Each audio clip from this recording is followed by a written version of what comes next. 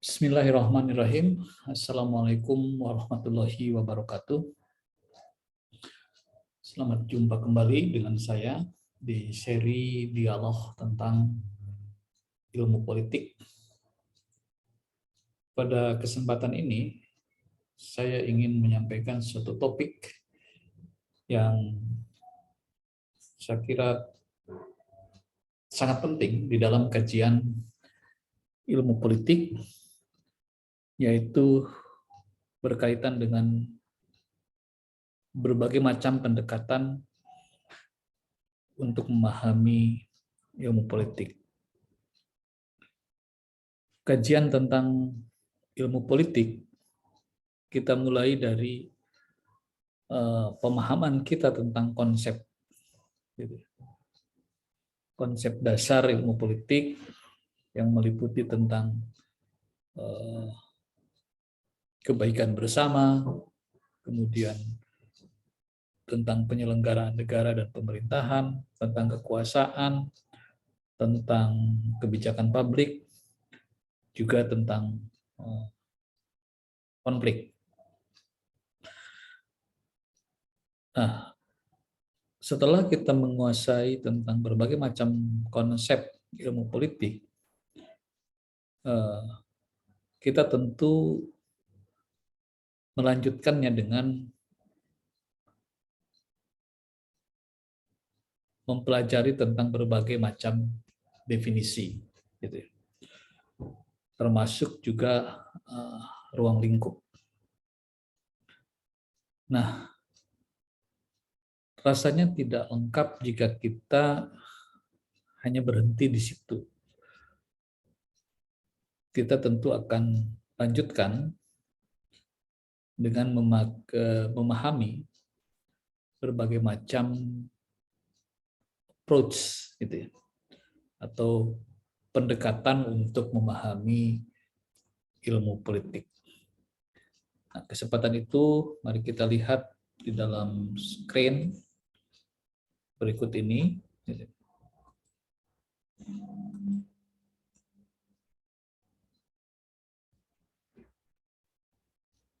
Saya mencoba memvisualkan apa yang akan kita bicarakan ini dalam beberapa screen yang akan saya sajikan berikut ini.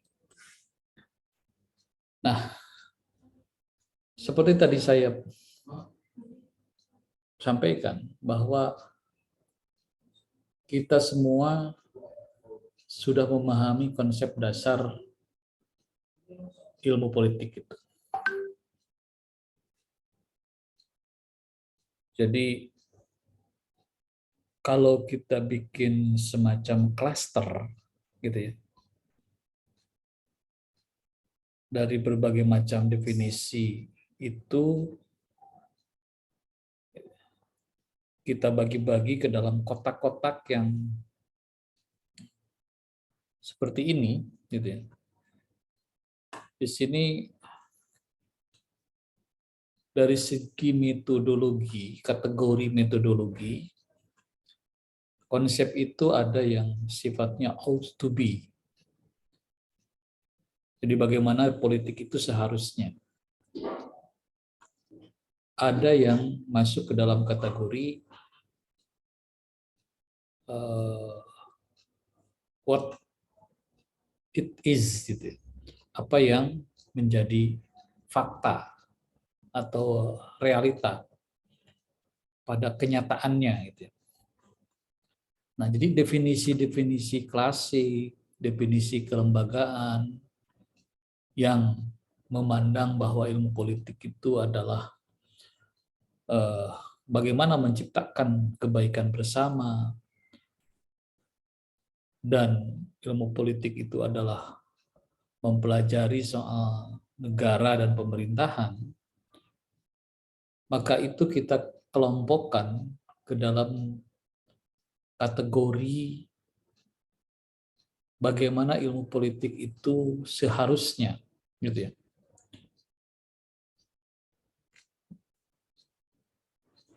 Jadi berbicara sesuatu yang ideal. ketika politik berbicara soal kebaikan bersama, maka sesungguhnya, seharusnya politik itu adalah menciptakan berbagai macam aneka kebaikan buat warga negara. Begitupun ketika ilmu politik itu dipahami sebagai penyelenggaraan negara dan pemerintahan, itu juga tidak terlepas bagaimana fungsi negara dan pemerintah di dalam mengurusi warganya. Nah, kelompok definisi ini, gitu ya, yang memandang ilmu politik itu adalah sebagai studi tentang negara, itu masuk ke dalam pendekatan tradisional, gitu ya, atau disebut dengan pendekatan kenegaraan. Jadi kalau kita bagi ke dalam dua pendekatan secara garis besar, sesungguhnya ilmu politik itu bisa didekati dengan dua pendekatan. Pertama, pendekatan tradisional, dan yang kedua adalah pendekatan tingkah laku, behavior approach. Yang tradisional ini adalah semua kajian ilmu politik yang mendefinisikan negara sebagai kajiannya, yakni meliputi soal kelembagaan negara dan meliputi soal fungsi negara. Dalam hal ini adalah menciptakan kebaikan bersama. Nah, kemudian kategori yang kedua adalah melihat politik itu sebagai sebuah realita, sebagai sebuah kenyataan. What it is, gitu ya. Apa yang terjadi, gitu ya. Nah, di dalam hal ini kelompok definisi ilmu politik tentang kekuasaan, tentang kebijakan publik, tentang konflik. Nah, ini sesungguhnya adalah berbicara politik dalam kenyataan, politik sehari-hari, gitu. Nah, sehingga definisi ilmu politik tentang kekuasaan, tentang proses pengambilan keputusan, tentang kebijakan umum, tentang distribusi nilai, kesemuanya ini adalah masuk ke dalam kategori pendekatan behavior, tingkah laku politik. Nah, memang kalau kita melihat studi-studi ilmu politik kontemporer, setidaknya dilihat dari buku-buku yang terbit pada saat ini, pada umumnya lebih banyak mengkaji tentang perilaku politik. Dalam hal ini adalah tentang bagaimana kekuasaan dijalankan, bagaimana kekuasaan itu diperoleh, bagaimana kebijakan publik, bagaimana nilai-nilai yang dianut di dalam penyelenggaraan negara, perilaku korupsi, perilaku birokrasi, bisa dan lain sebagainya, gitu ya. Nah, jadi saya kira dua kelompok besar ini mewarnai kajian dari ilmu politik, gitu ya. Yaitu kelompok pendekatan tradisional dan pendekatan tingkah laku. Nah, flashback gitu ya, ke belakang gitu ya. Kita ketika berbicara soal politik itu dalam arti aus to be, yang seharusnya menciptakan kebaikan bersama ini. Ini kan diperoleh melalui suatu proses interaksi antara penguasa dengan masyarakat. Bagaimana hubungan pola interaksi antara pemimpin dengan rakyatnya, gitu ya. Antara elit dengan massa, antara penguasa dengan masyarakat dalam proses pengambilan keputusan atau kebijakan yang mengikat semua, baik masyarakat maupun penguasa. Nah, itulah yang akan melahirkan kebaikan bersama.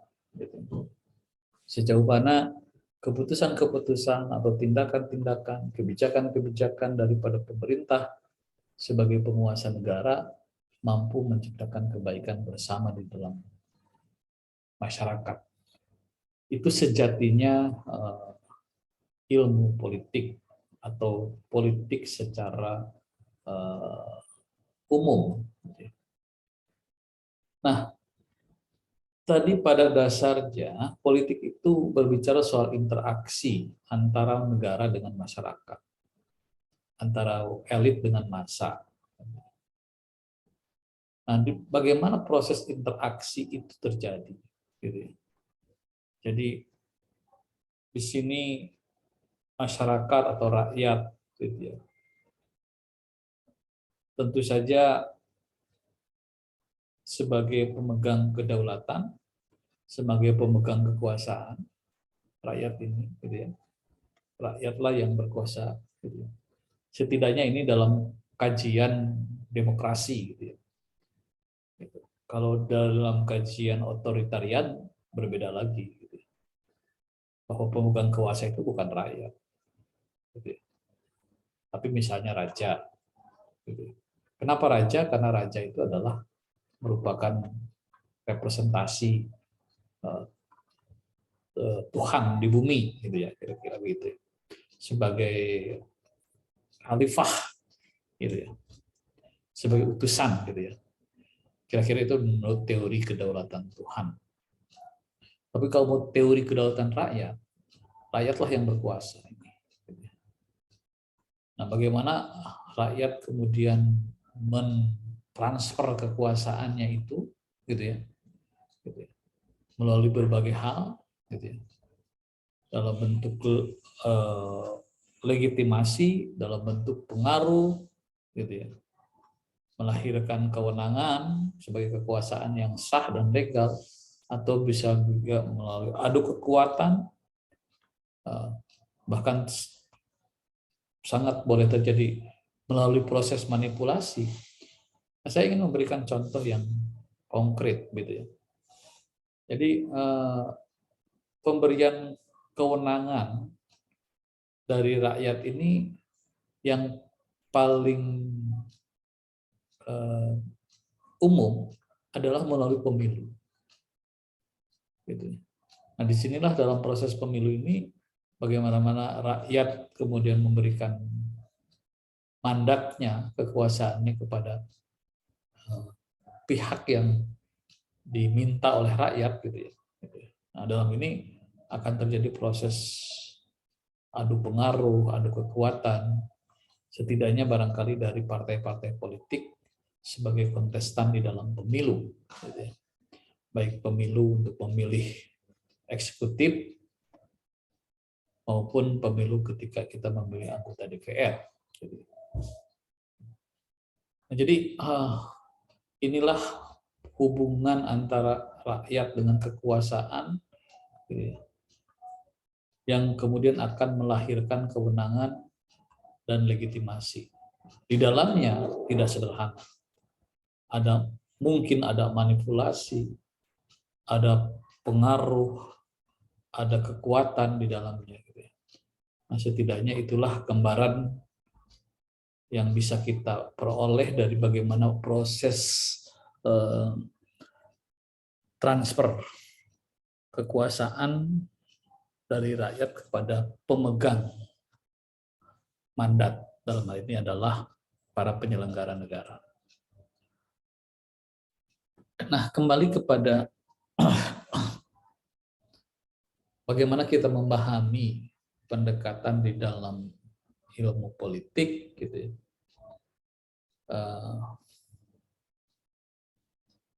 Jauh sebelumnya, filosof seperti Aristoteles dan Plato, gitu, yang meletakkan dasar ilmu politik, yang menempatkan ilmu politik sebagai upaya untuk meraih kebaikan bersama, gitu ya. Dan kemudian ini dikembangkan oleh para ilmuwan berikutnya, gitu, yang memandang bahwa politik itu juga merupakan usaha untuk mencapai tatanan sosial yang baik. Politik dapat menjelma menjadi a sales grab of power atau glory and race, suatu perbuatan kekuasaan, kedudukan, dan kekayaan untuk kepentingan. Nah, memang kekuasaan ini sangat rentan disalahgunakan.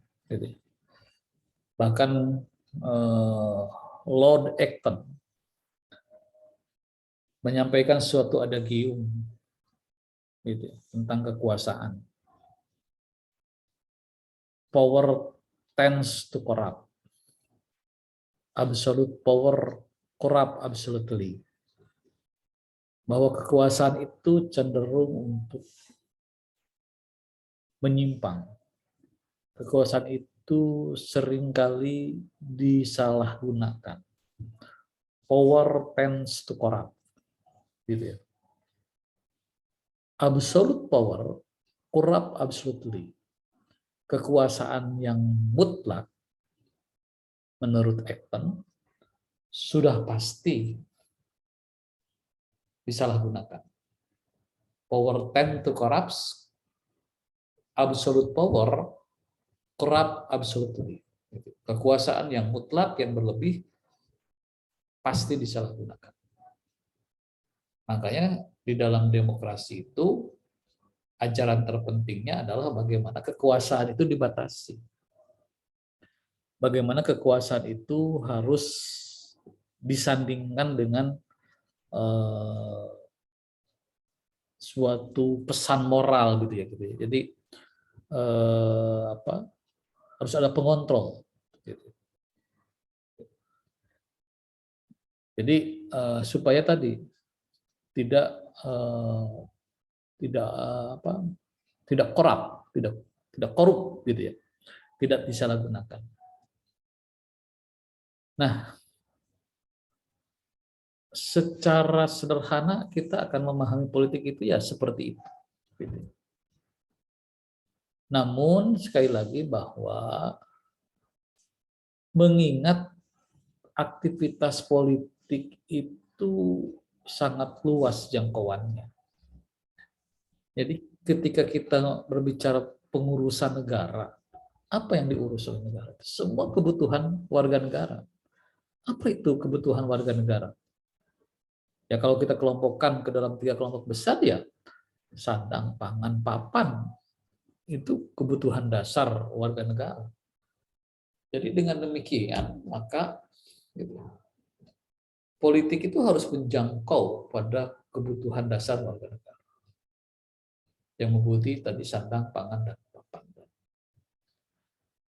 Nah, begitu rumitnya, begitu kompleksnya hal tersebut, maka para ilmuwan memberikan tools, memberikan alat kepada kita untuk lebih memahami peran ilmu politik itu bagi kepentingan warga masyarakat. Nah, tools atau alat tadi itu yang disebut dengan approach atau pendekatan. Jadi menurut Vernon van Dijk, pendekatan itu adalah kriteria untuk menyeleksi masalah dan data yang relevan. Jadi pendekatan itu mencakup standar dan tolok ukur yang dipakai untuk memilih masalah dan menentukan data mana yang akan diteliti serta data mana yang akan dikesampingkan. Nah, jadi dalam hal ini, maka pendekatan di dalam pemahaman ilmu politik itu juga akan mengkanalisasi, gitu ya, menyederhanakan atau mempersempit, gitu ya, ruang kita untuk memahami politik itu supaya tidak terlalu rumit. Gitu ya. Itu yang disebut dengan pendekatan. Tadi kan ada pendekatan kelembagaan, ada pendekatan perilaku. Silakan, gitu ya. Semuanya tentu sangat kontekstual. Kapan kita menggunakan pendekatan kelembagaan dan kapan kita memakai pendekatan behavioral. Kalau dari segi kajian ilmu, gitu ya, misalnya pendekatan tradisional, klasik, kelembagaan itu lebih banyak dipelajari oleh mahasiswa-mahasiswa hukum tata negara. Gitu. Itu lebih mempelajari soal konstitusi, soal apa ya, hukum lah, bicara hukum administrasi negara gitu, hukum di dalam kebijakan misalnya gitu ya.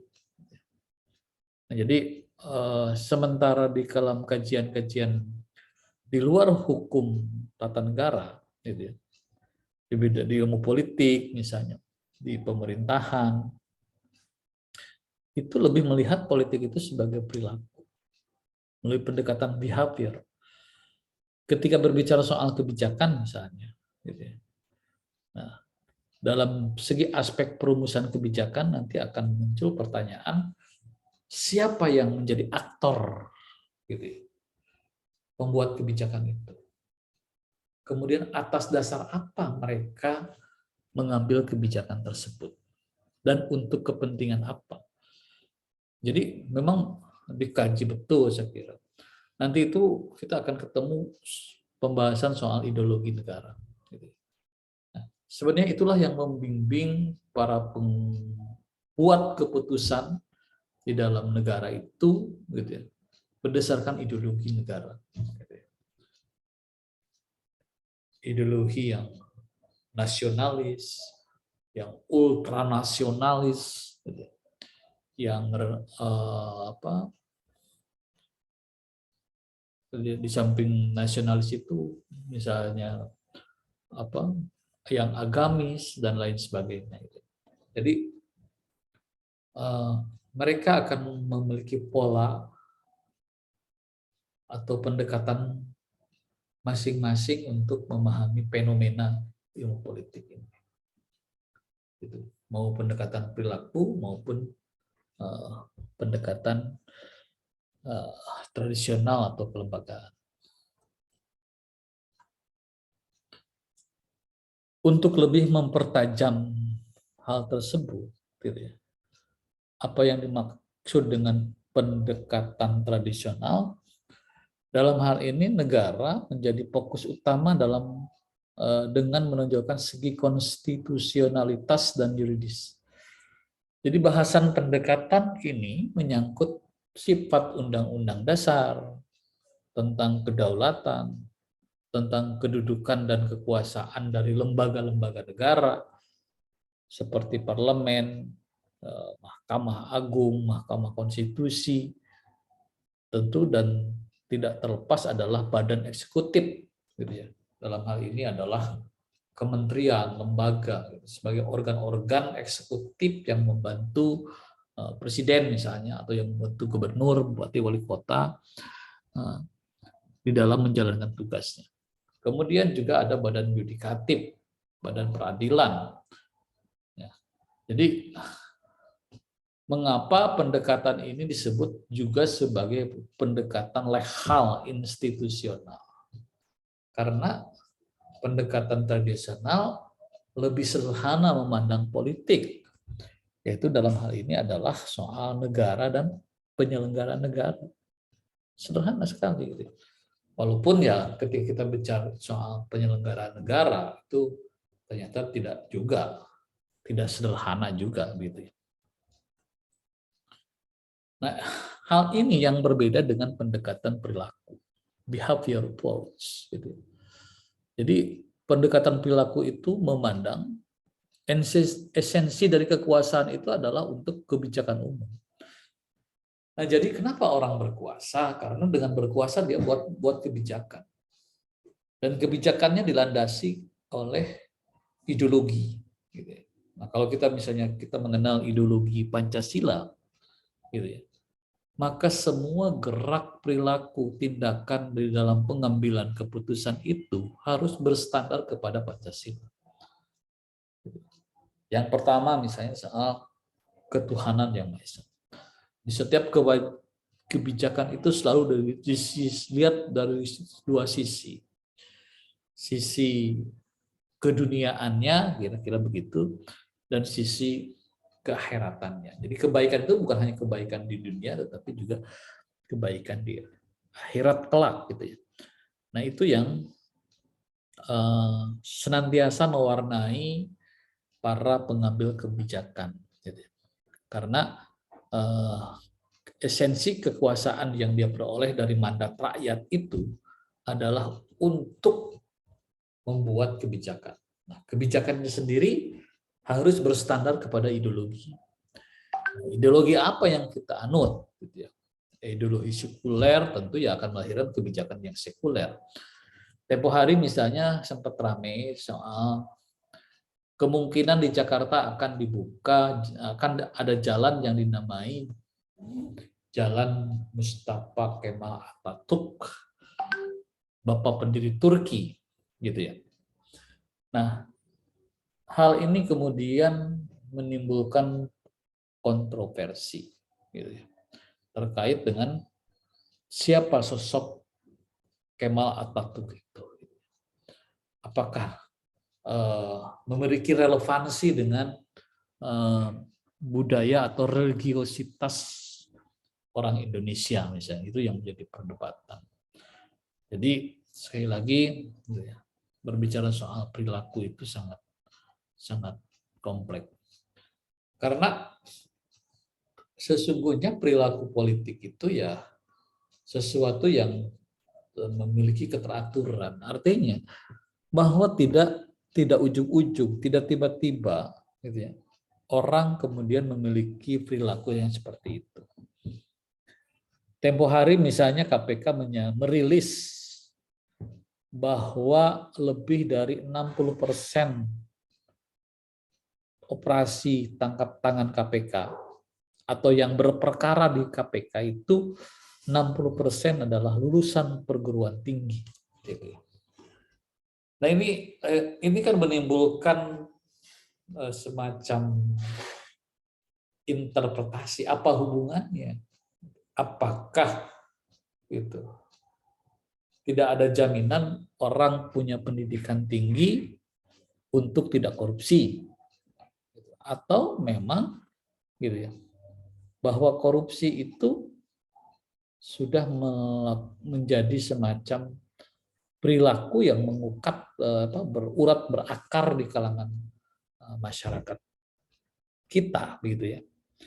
Nah, sehingga ini kan soal perilaku yang sudah menetap, yang sudah menjadi kebiasaan.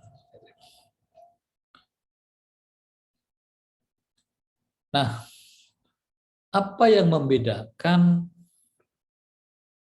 kedua pendekatan tersebut? Antara pendekatan tradisionalis gitu ya, maupun pendekatan behavioral. Gitu ya.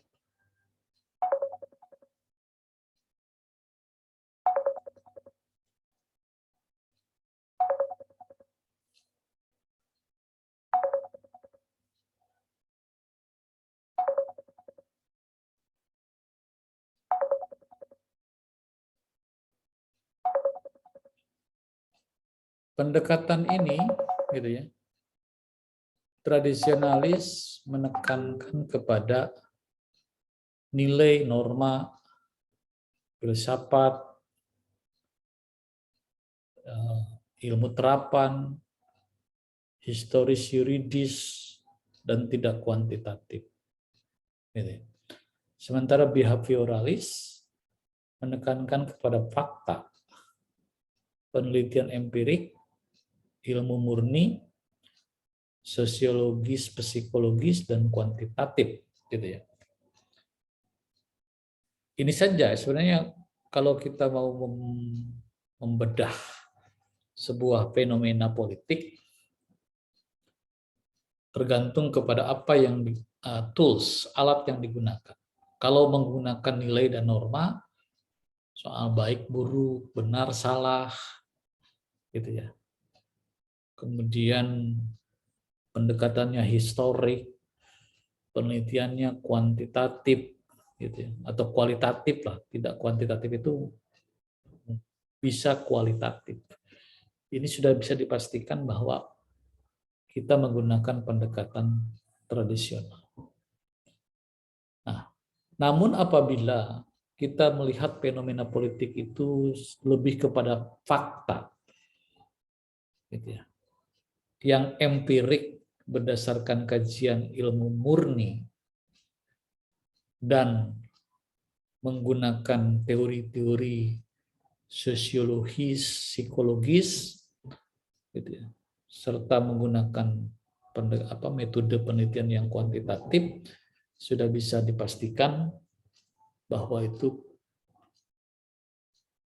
memakai pendekatan behavioral, pendekatan tingkah laku. Jadi sebagai contoh misalnya,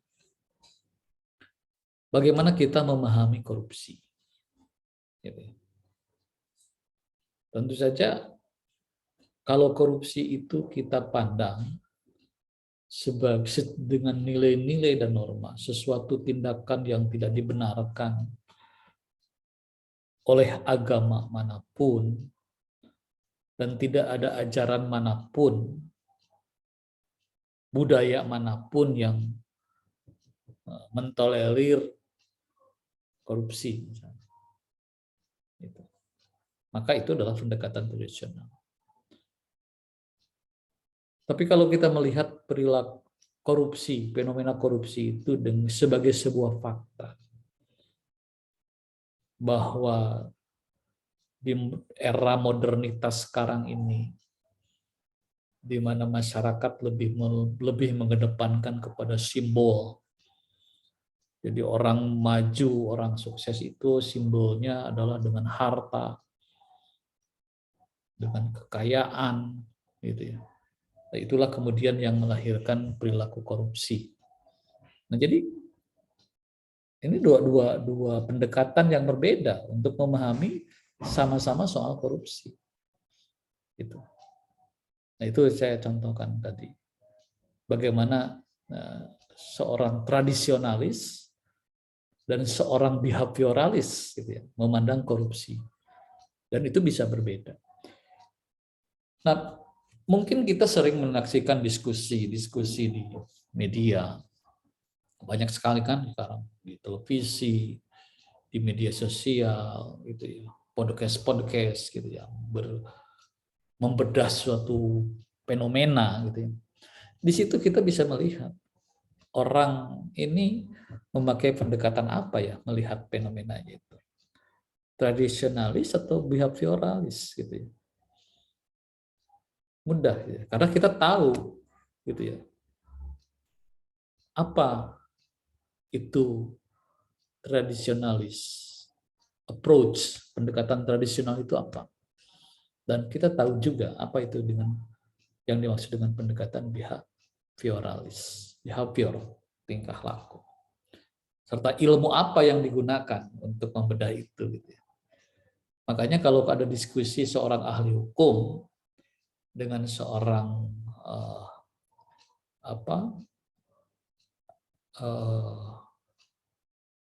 sosiologis, misalnya seorang ahli sosiolog gitu, itu akan seperti dua kutub yang berbeda. Gitu.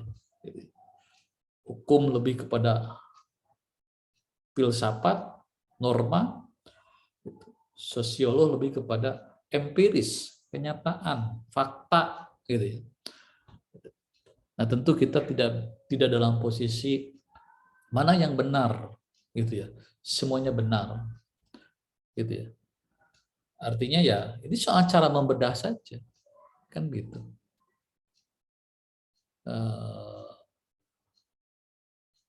soal teknik saja, Nah, sebenarnya ada pendekatan yang ketiga, gitu ya. Tentu saja yang lebih kontemporer, gitu.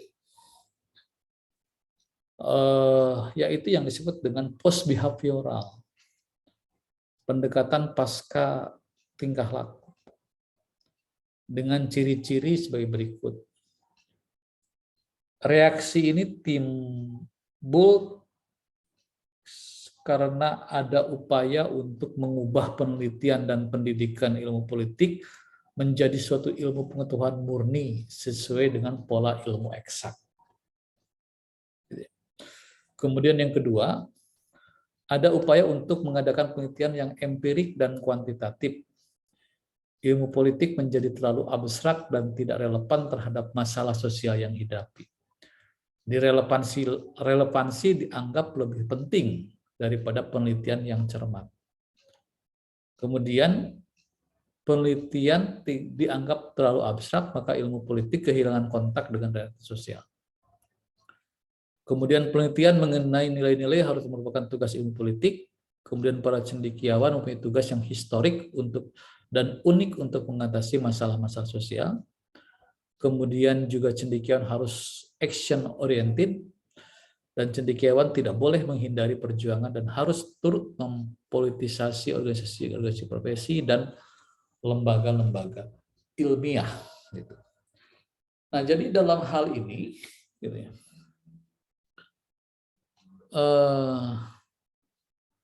kalau tadi suatu fenomena ini dibaca secara sederhana, ini tradisionalis atau behavioralis? Gitu ya. Nah, tadi akan hitam putih gitu ya. Padahal mungkin di dalam ilmu sosial itu, gitu ya, tidak selalu fenomena itu bisa dibaca secara hitam putih. Ada juga ya fenomena yang sifatnya merupakan gabungan antara tradisionalis dan behavioralis. Nah, kira-kira itu saya kira apa yang disebut dengan pendekatan post behavioralis, pendekatan pasca tingkah laku. Jadi merupakan suatu gabungan antara tradisionalis dengan behavioralis, melahirkan pendekatan baru yang lebih post behavioral. Nah, tadi ketika kembali contoh misalnya kita memahami perilaku korupsi atau fenomena korupsi, gitu, kita memahami bahwa gitu, sebenarnya korupsi itu adalah suatu hal yang dilarang dan tidak baik gitu secara normal, baik budaya gitu. Tadi saya katakan tidak ada budaya manapun yang mentolerir pencurian gitu ya. Gitu. Bahkan sekarang kan istilah korupsi itu tertegas gitu ya, gitu, karena dianggap terlalu halus gitu ya, yaitu dengan istilah maling uang rakyat gitu kan. Ada beberapa media yang sudah tidak lagi menggunakan istilah korupsi, tapi dengan istilah maling uang rakyat. Gitu. Karena begitu tadi meyakinkan kepada kita bahwa tidak ada norma yang mentolerir perilaku itu. Nah, tapi kemudian tadi kenapa fenomena itu ada nyata di ruang publik kita ada gitu. Hampir setiap hari kita mendengarkan berita ada orang tangkap tangan KPK, ada orang kemudian diadili terkait dengan hal ini, dan sepertinya tidak jemuk-jemuknya gitu ya, tidak kapok-kapoknya gitu ya. Nah, sehingga itulah kemudian yang melahirkan sebuah analisis bahwa memahami korupsi itu tidak cukup dengan hanya melihat dari aspek budaya saja. Tidak bisa cukup dengan aspek yang sifatnya filosofi, hukum, norma hukum. Nah, tapi juga kalau kita berbicara misalnya memberikan rekomendasi, gitu ya. Kira-kira apa rekomendasi Anda terhadap upaya untuk mencegah korupsi ini. Gitu ya. Maka tentu ya tadi selain norma itu tetap kita harus pegang teguh. Nah, dalam hal ini memang juga mungkin harus ada ajaran sejak kecil di dalam lingkungan kita, di dalam keluarga, untuk tadi memberikan pemahaman bahwa memang mengganggu hak orang lain itu adalah tidak boleh. Gitu. Jadi harus ditanamkan sejak kecil dalam diri keluarga itu nilai-nilai itu. Jadi studi di beberapa negara yang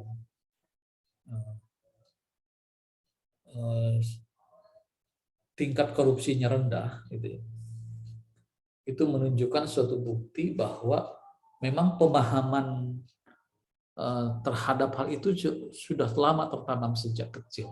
Di dunia pendidikan, misalnya mencontek itu suatu hal yang sangat aib lah, gitu, kira-kira begitu. Normanya itu bukan hanya sekedar perilaku yang keliru, tapi itu aib gitu ya. Jadi, kalau orang di dalam ujian mencontek misalnya gitu. Tapi mungkin di masyarakat kita misalnya dianggap mencontek itu adalah sebuah kepiawaian gitu ya. Gitu. Nah itu kan nilai. Maka kemudian bagaimana penerapan nilai-nilai itu di dalam diri keluarga. Nah jadi inilah yang tadi oleh kelompok pendekatan post behavioral gitu ya, dipandang bahwa memahami fenomena ilmu politik, fenomena politik itu ya tidak bisa juga tradisionalis tidak juga behavioralis tapi juga gabungan antara tradisionalis dan behavioralis. Gitu. Nah, saya kira itu. Nah, pendekatan ada banyak pendekatan di samping tadi tradisionalis, behavioralis, post behavioralis, ada juga pendekatan neomarxis, pendekatan ketergantungan, pendekatan rasionalis choice, gitu. Pendekatan neomarxis misalnya menekankan pada aspek komunisme tanpa kekerasan dan juga tidak mendukung kapitalisme, gitu. Jadi politik itu selalu dipandang dalam dikotomi sosialis, kapitalis, komunis, gitu ya. Itu nanti ada sesinya kita berbicara soal ideologi. Nah, ada juga pendekatan ketergantungan. Jadi memposisikan hubungan antara negara besar dan negara kecil. Gitu ya. Dulu ada istilah developed countries dan underdeveloped countries. Negara-negara yang sedang membangun gitu ya, dan negara-negara yang sudah membangun gitu. Ada negara-negara maju dan negara-negara berkembang gitu ya. Selalu dalam posisi seperti itu. Yang pendekatan berikutnya adalah rational choice, yaitu pilihan-pilihan yang rasional di dalam pembuatan keputusan politik. Jadi saudara sekalian, dengan demikian maka ada 5 pendekatan di dalam memahami fenomena politik.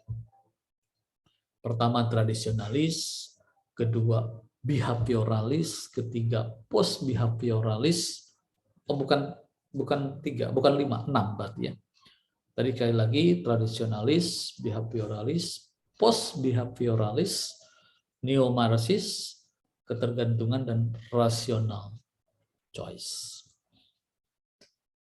Saya kira saudara-saudara sekalian, sesi saya berbicara soal pendekatan di dalam memahami politik dan ilmu politik, saya kira cukup gitu ya. Tinggal bagaimana saudara mengembangkan hal ini gitu ya, dan memahami pendekatan di dalam suatu ilmu apapun akan menjadikan kita lebih bijak gitu ya. Jadi tidak serta-merta cepat menyimpulkan gitu ya, terhadap sebuah kejadian. Jadi karena akan didekati dari berbagai macam aspek dulu. Dari aspek hukum, dari aspek sosial, dari aspek psikologis dan lain sebagainya. Gitu ya. Jadi ya ketika misalnya sama saja ketika kita melihat tingkah laku orang-orang di jalanan misalnya gitu ya. Gitu ya. Nah kita tidak bisa serta-merta orang tabrakan, oh itu supirnya salah gitu ya, supirnya dibentak-bentak di mana. Tapi kan harus kita lihat dulu ini fenomenanya kenapa.